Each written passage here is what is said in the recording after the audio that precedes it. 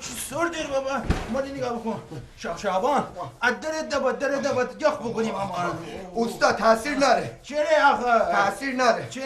تو فکر کنی من در دبادم بیرون گرمه به یه آقا کوی چرا بجیب بیرون داره؟ ایه سرده در دبات ایه سرده